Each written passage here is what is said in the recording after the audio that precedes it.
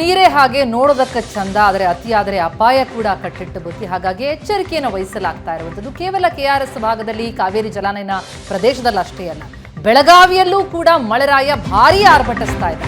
ಹಲವು ಕಡೆಗಳಲ್ಲಿ ಹೀಗಾಗಿ ಸೇತುವೆಗಳು ಮುಳುಗಿದೆ, ರಸ್ತೆಗಳು ಕುಸಿದು ಹೋಗಿದೆ.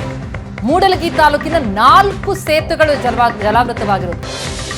ಆ 4 ಸೇತುವೆಗಳ 2 ಬದಿಯಲ್ಲಿ ಪೊಲೀಸ್ ಭದ್ರತೆಯನ್ನು ನೀಡಲಾಗಿದೆ. ಯಾರು ಅಲ್ಲಿ ಓಡಾಟ ನಡೆಸಬಾರದು ಅನ್ನುವಂತಹ ದೃಷ್ಟಿಯಿಂದ ನದಿ ದಡದಲ್ಲಿರುವಂತಹ ಪಂಪ್ ಸೆಟ್ ಅನ್ನ ರೈತರು ತೆಗಿತಾ ಇದ್ದಾರೆ. ಹಲವು ಗ್ರಾಮಗಳಿಗೆ ಪ್ರವಾಹ ಎದುರಾಗುವಂತಹ ಭೀತಿ ಕಂಡು ಬರ್ತಾ ಇದೆ. ಸೇತುವೆಗಳು ಮುಳುಗಿ ಹೋಗಿದೆ, ರಸ್ತೆಗಳು ಕುಸಿದು ಹೋಗಿದೆ. ಮೂಡಲಗಿ ತಾಲೂಕಿನ 4 ಸೇತುವೆಗಳು ಜಲಾವೃತವಾಗಿವೆ. ಮಹಾಮಳೆಯಿಂದ ಆದಂತಹ ಅವಾಂತರವನ್ನ ಗಮನಿಸ್ತಾ ಇದ್ದೀವಿ. ಮಳೆ ಜಾಸ್ತಿ ಆದಾಗ ಬಹಳ ಎಚ್ಚರಿಕೆ ಅಗತ್ಯ ಆಗುತ್ತೆ.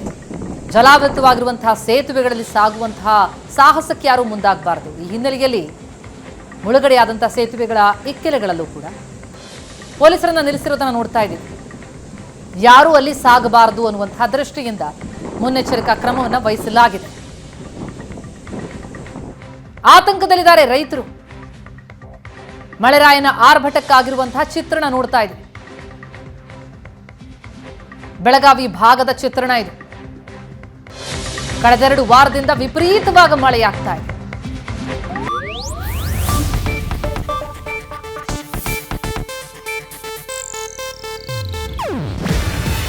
ಇದು ಏಷ್ಯಾನೆಟ್ ನ್ಯೂಸ್ ನೆಟ್ವರ್ಕ್ ಪ್ರಸ್ತುತಿ. ನೀವು ನೋಡ್ತಿದ್ದೀರಾ ಏಷ್ಯಾನೆಟ್ ಸುವರ್ಣ ನ್ಯೂಸ್.